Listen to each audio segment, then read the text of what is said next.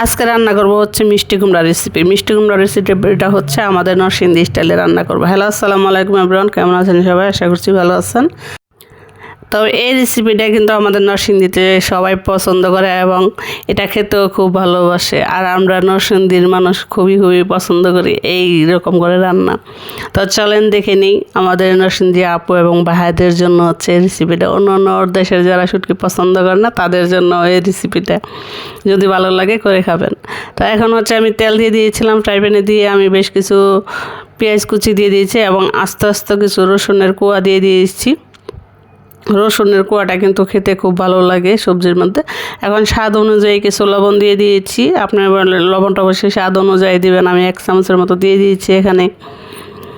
এখন হচ্ছে আমি এখানে ছোট ছোট দেশি নদীর যে চিংড়িগুলো আছে সেগুলো দিয়ে দিচ্ছি। চিংড়ির কোনো লিমিট নেই, আপনার দেশি বিদেশি বলে কোনো কথা নাই, চিংড়ি হলেই হয়েছে।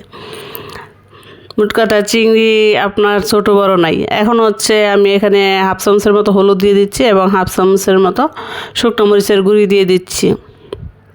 আর দিয়ে দিব হচ্ছে 1/2 চামচেরও কম হচ্ছে ধনিয়ার গুঁড়ি দিয়ে দিচ্ছি। দিয়ে এখন ভালো করে নেড়ে চেড়ে নিচ্ছি। চিংড়ি মাছটাকে কষিয়ে নেব। এখন সামান্য একটু পানি দিয়ে আমি কষিয়ে নিচ্ছি। তার আগে আপনারা যেখান থেকে আমার ভিডিওটা দেখছেন প্লিজ ভালো লাগলে অবশ্যই একটা লাইক অ্যান্ড ফলো দিতে ভুলবেন না শারনাজ কিচেনে। আর যদি আপনি ইউটিউব থেকেও এই ভিডিওটা দেখে থাকেন শারনাজ কিচেন, তাহলে একটা লাইক অ্যান্ড দিয়ে সাবস্ক্রাইব করে দিবেন। আর ভালো লাগলে অবশ্যই শেয়ার করবেন। এখন হচ্ছে চিংড়ি মাছটা কষানো শেষ, আমি মিষ্টি কুমড়াগুলো ঢেলে দিয়েছি। দিয়ে নেড়ে ছেড়ে ভালো করে মিষ্টি কুমড়াগুলোকে কষিয়ে নেব।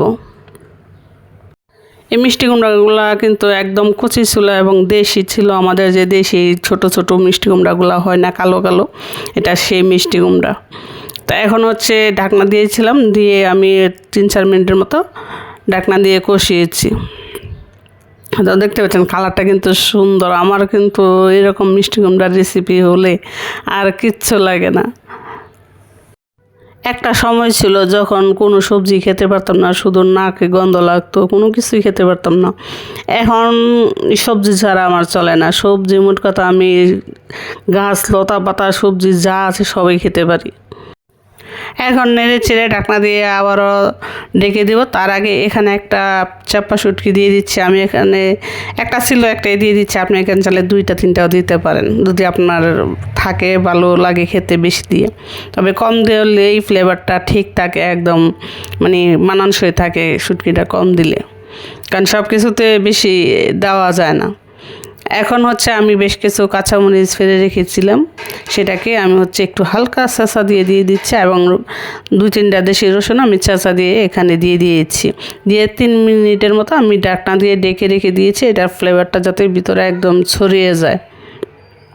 3 মিনিট পরে আপনি ঢাকনাটা তুলবেন, দেখবেন এটার যে একটা ফ্লেভার চতুর্দিকে মনে করেন বাতাসে মোমো করবে এই ফ্লেভারটা। যারা এরকম করে রান্না করেন তারা অবশ্যই জানেন, আর যারা রান্না করেন না তারা কোনোদিনও জানবেন না এটার যে ফ্লেভারটা কীরকম মজা লাগে। আপনার মনে হবে যে না, আপনার ফ্লেভার দিয়ে আপনি খেতে পারবেন। এখন হচ্ছে আমি চুলাটা বন্ধ করে দিব।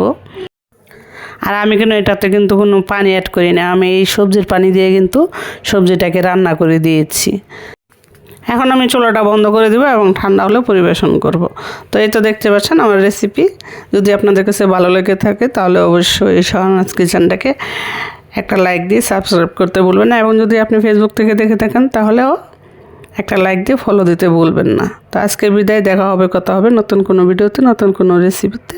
আল্লাহ হাফেজ, সবাই ভালো থাকবেন।